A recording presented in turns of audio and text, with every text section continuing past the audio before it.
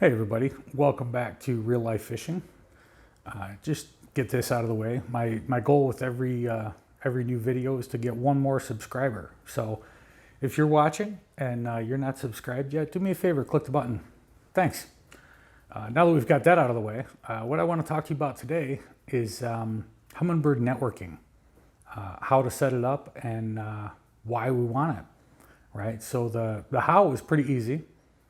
You need an Ethernet switch, and I'll show you where that is.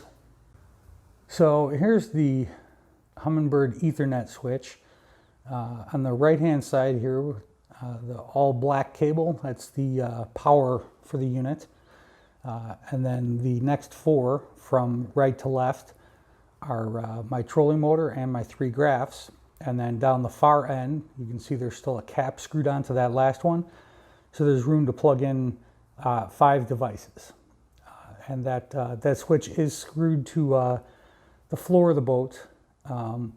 And that switch is just up in the front compartment here, up in the bow of my boat.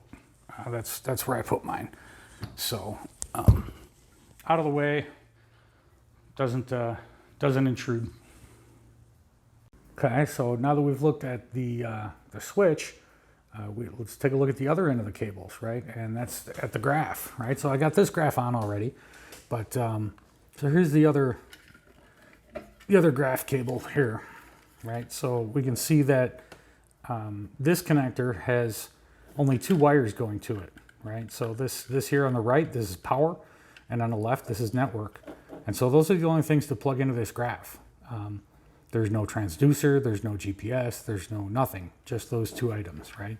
So this cable here that actually plugs into the graph itself, this heavier one, this is actually an adapter, right? So one end of it looks like that, and the other end has one of these round barrel connectors on it that goes to the Ethernet cable, which is the same on the other end that you just saw on the switch.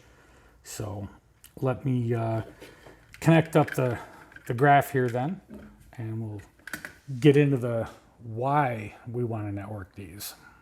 Okay, so now that I've got the other graph connected and powered up here, you can see that they're both reading the same depth, right? So the reason for that is that the right-hand graph over here, remember this graph only has power and network connected to it, right? And actually, if we take a look at the system status, so you can see that this unit is a Helix 10 Chirp GPS, right? So that means that this unit here on the right has no imaging.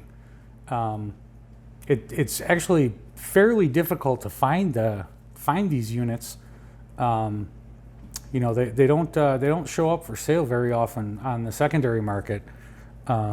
And when they do, you know, guys tend to sell them pretty cheap, and that's, you know, because most people don't want to buy them, right? They don't have down imaging, they don't have side imaging, they don't have any of that, right? They're just 2D and GPS.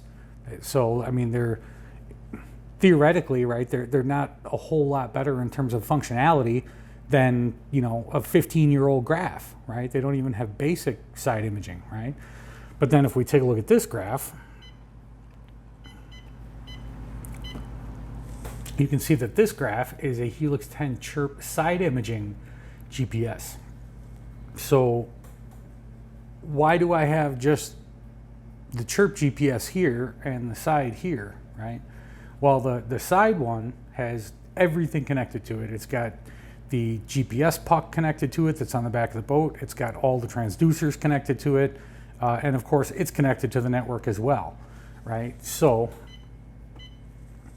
there's my side imaging and down imaging and 2D in the bottom left. And of course, we're sitting in the garage again, right? So you're not going to see anything exciting there. But on this unit, the Chirp GPS unit, if we go up to the menu, so there's network, and you can select network source setup, right? So you can see here, there's just a quick overview that tells you where all the sources are for everything. And so I'm getting everything from this unit, right?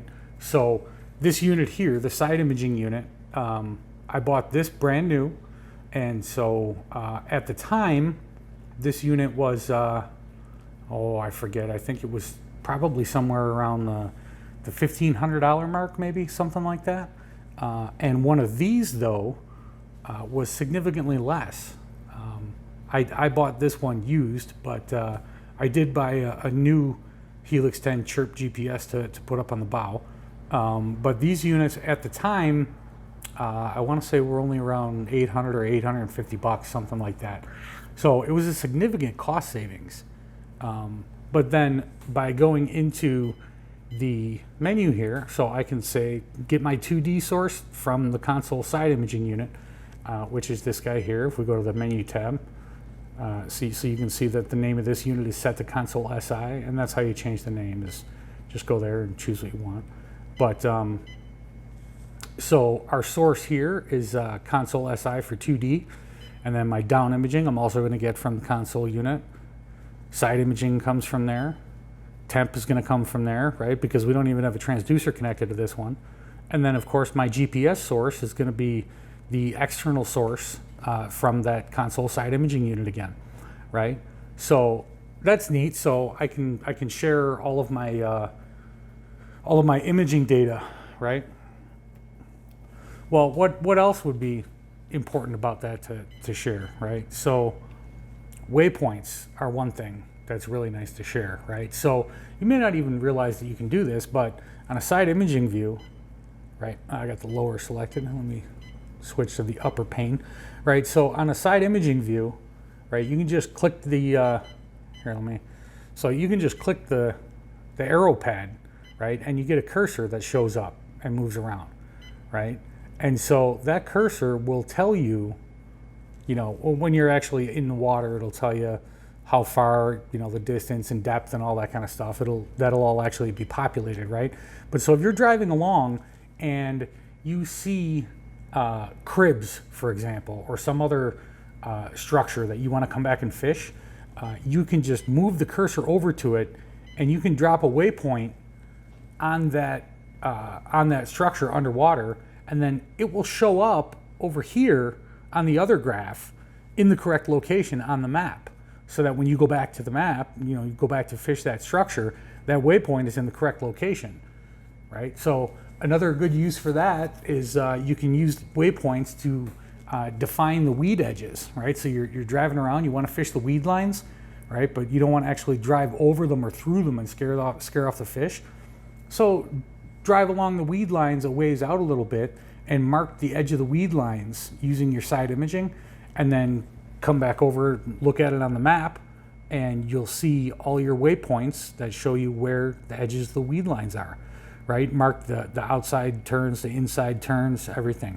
And on a single graph, you can do that too, right? You can mark them this way and then switch to the map view, and your waypoints will be there. Again, I just find this, much more convenient, being able to view the data at the same time, right? I like that better. So there's a lot that networking the graphs does. It saves you money, right? Versus getting two side imaging units here, right? Because I want to be able to view, the right side image here, like I showed you guys before, and the left side image over here. In order to do that, this one needs to be able to display imaging data. So I either have to buy an expensive imaging graph and then put more transducers on the back of the boat too, which is kind of silly, right? Or just share that data across the network here, right? So what does it cost to set up the network? Well, that little adapter that goes from the graph to the cable, those are, I think they're about $30 or $40. And then the network cable itself, those vary in price depending on the length that you need. And trust me, buy longer than what you think you're going to need, because you need to account for cable run distance, right? So, I've only got a 16-foot boat, and the bow is right there, right? That's where the switch is right up there, and a 10-foot cable wouldn't reach for me. You know, they sell them in 10, I think 15, 20, and 30 are the lengths that they sell. You know, and you pick up a little bit of extra distance with this adapter, right? I mean, that gains you like another foot, but that's only on the one end, right?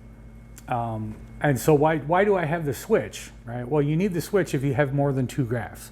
If you only have 2 graphs, then you can just get 2 of the adapters and 1 of the cables and plug the graphs directly together, right? So if you have 1 on the console and you have 1 on the bow and you want to link those 2 together, you can just get 1 network cable and 2 adapters and link the 2 graphs together and it'll be fine.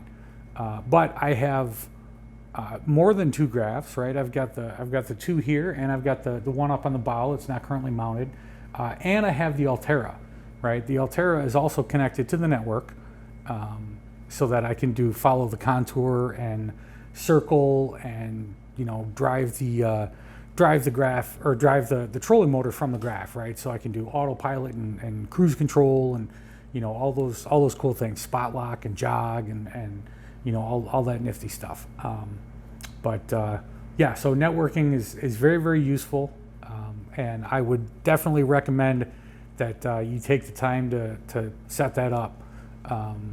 You know, you've made the expensive investment already in having multiple graphs on the boat, so you may as well maximize that investment and make the best possible use of it that you can.